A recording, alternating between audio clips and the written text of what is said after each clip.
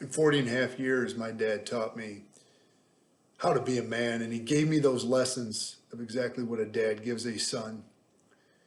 The last 15 months, he probably gave me something even more powerful, maybe even more important. He showed me the power of belief. Now, my dad was a walk the talk guy. He wasn't much about talk, he was about action, but he showed me how to believe in the power of belief. See, my dad was diagnosed with pancreatic cancer in January of 2018, basically given 1 to 3 months to live. But he chose to fight it. He chose to live. And I remember right after the diagnosis, I called our sports nutritionist, Lisa McDowell. Her dad fought pancreatic cancer as well. And she shared something that was really important to me. She said, you can't let your family, and most importantly, you can't let your dad let this be a death sentence. This is just managing a chronic disease.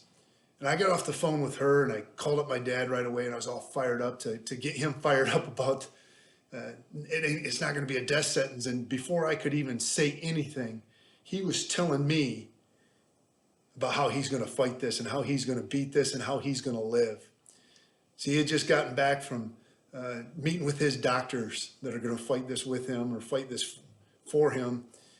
He just got back from the Cleveland Clinic. My Aunt Mary got him hooked up there, and the best cancer doctors in the world. And he told him, I'm going to make you famous because I'm going to be your model patient.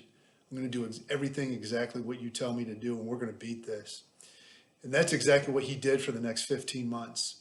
And yeah, there were hard days, and the chemo was brutal at times.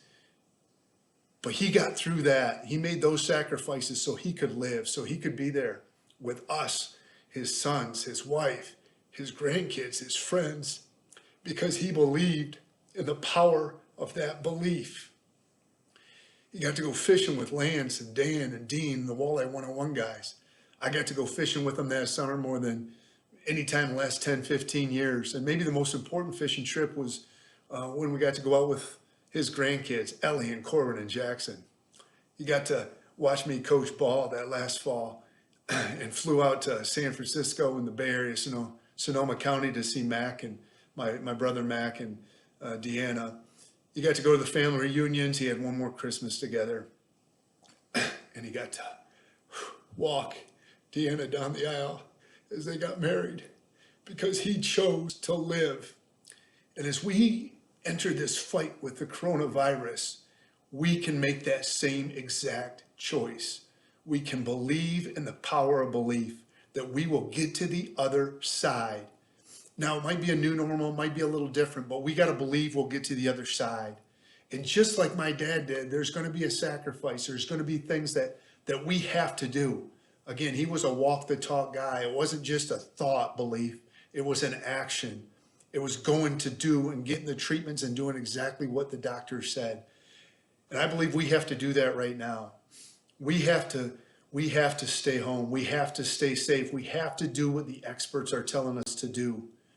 And just like I coach the offensive line, I'm going to coach you up exactly as I coach our offensive line. And the culture of our offensive line is the fist. It's 5 individuals stronger together. So if we can band together as a country, if we can band together as a state, as a city, as a team, and be that fist to fight the coronavirus by staying home, by staying safe, by protecting and taking care of those that are making the ultimate sacrifices for us, and that is the doctors and the nurses and the hospital personnel right now. So we stay home, we stay safe, we're doing what the experts would tell us to do, and we can believe in that power of belief that we're going to get to the other side and we're going to fight through this. One warrior, fist, believe in the power of belief, stay home, stay safe.